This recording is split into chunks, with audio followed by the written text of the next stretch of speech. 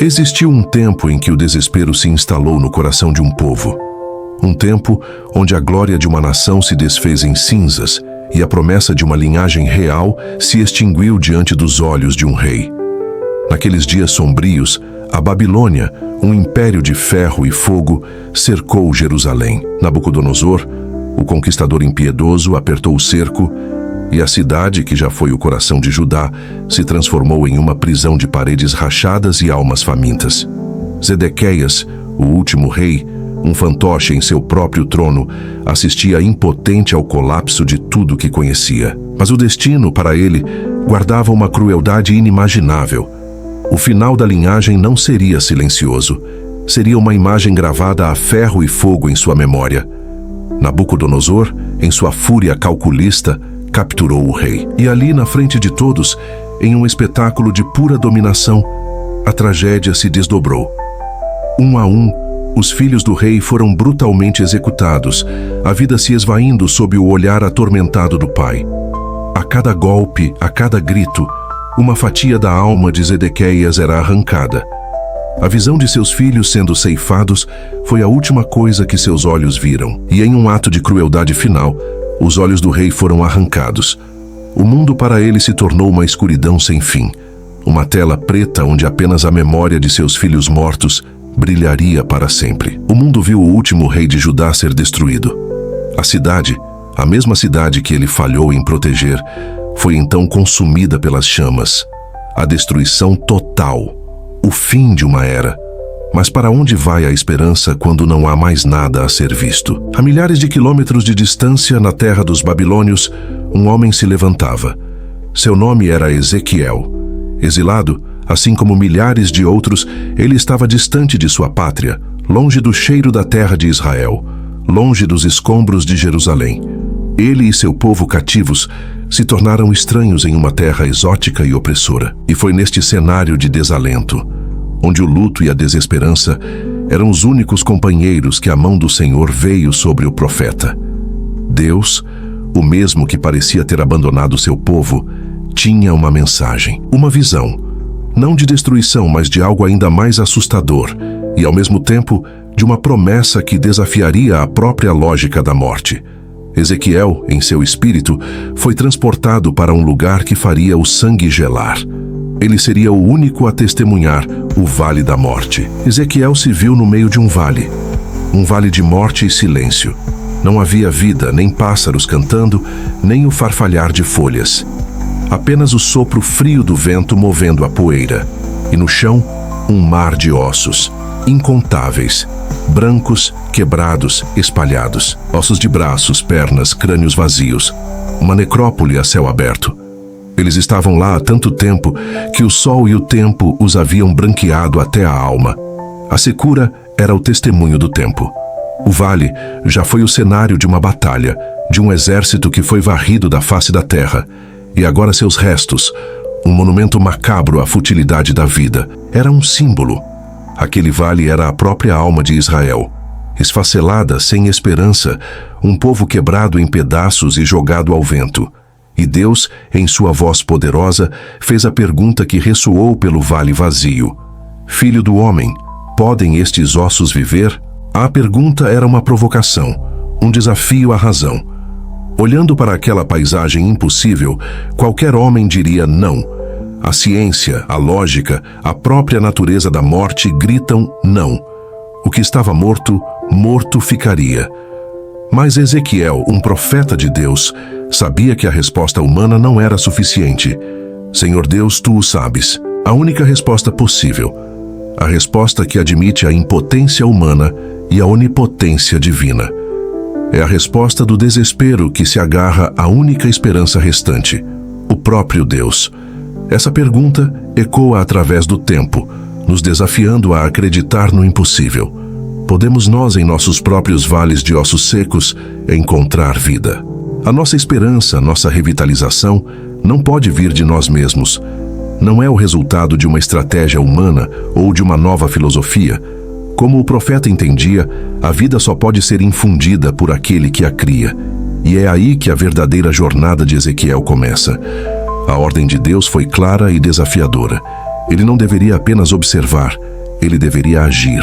O profeta, um homem solitário no meio da morte, recebeu a ordem de profetizar.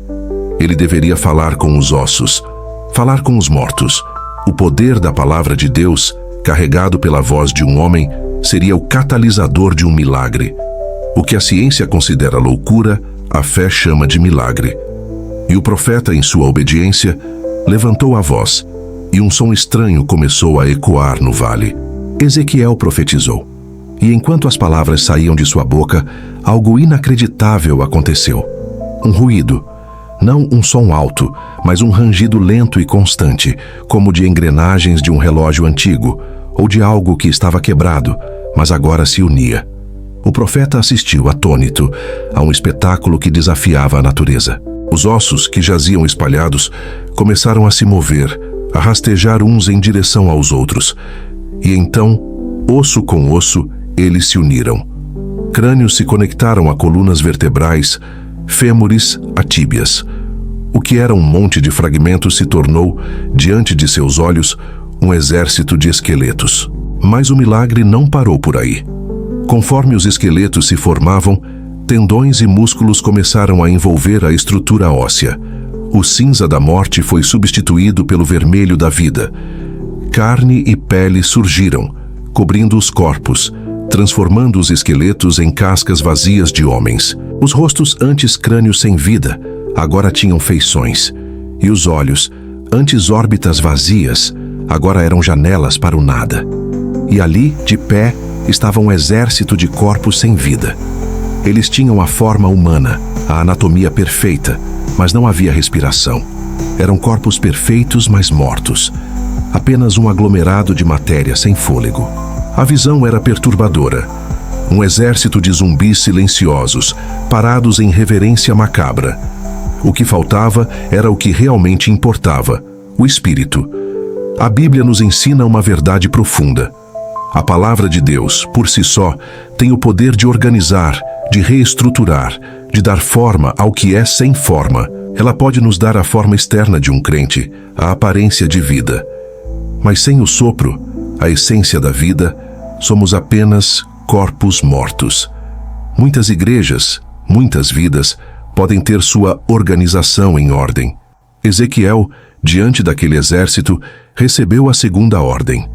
Ele deveria profetizar ao vento, ao sopro, ao ruach, a palavra hebraica que significa tanto vento quanto espírito, a segunda parte do milagre.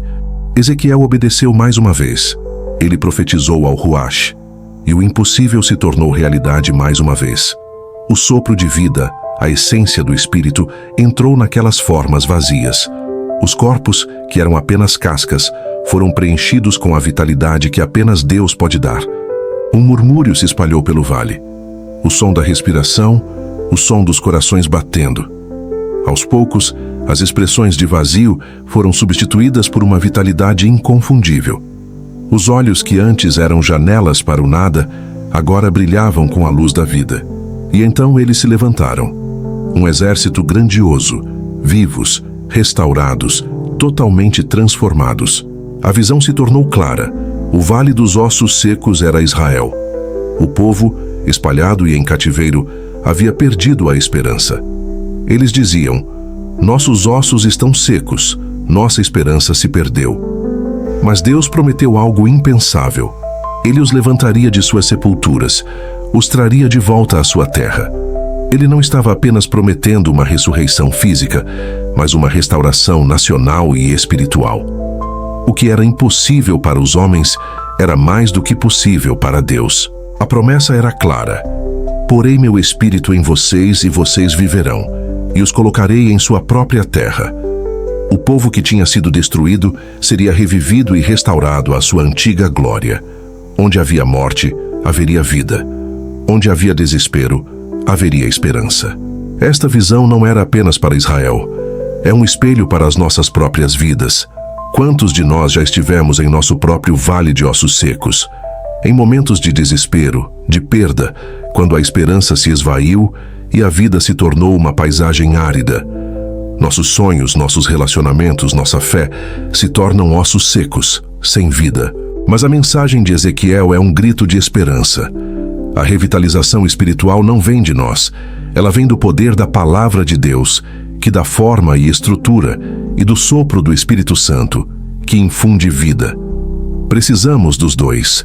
A palavra sem o Espírito é um corpo morto. O Espírito sem a palavra é caótico. Mas quando a palavra e o Espírito se unem, o impossível acontece. A morte se torna vida, a desesperança se torna esperança, e o que estava perdido é restaurado. A visão de Ezequiel foi um lembrete para ele e para nós, que o poder de Deus é ilimitado e sua capacidade de trazer vida da morte é real. Mas esta promessa de restauração não se limitou ao povo de Israel. Ela se estende a nós hoje. Em Cristo, somos chamados a uma nova vida, e a promessa é a mesma. As coisas velhas já passaram, eis que tudo se fez novo. Essa nova vida não é uma promessa futura, mas uma realidade que podemos experimentar agora. O Espírito de Deus habita em nós, nos dando vida, nos capacitando a viver de acordo com a vontade dele. O que estava morto em nós, em nossos corações, em nossas almas, pode ser revivido. O desespero pode ser substituído por esperança, a escuridão pela luz, a destruição pela renovação. A mensagem final da visão de Ezequiel é um lembrete do amor inabalável de Deus, do seu poder de fazer o impossível, a sua promessa de nos restaurar, de nos renovar, de nos trazer vida, onde há morte. Olhe para a sua vida, para os seus ossos secos, para os seus desafios, e lembre-se do vale de Ezequiel, e saiba que Deus, o mesmo que trouxe vida àquele exército, pode trazer vida ao seu deserto. A sua jornada de vida é um testemunho do poder de Deus, um testemunho de que Ele pode fazer algo novo em sua vida, e essa é a nossa esperança. Se você gostou desses ensinamentos, deixe seu like, compartilhe com seus amigos e inscreva-se no canal para mais conteúdos bíblicos. Fiquem com Deus.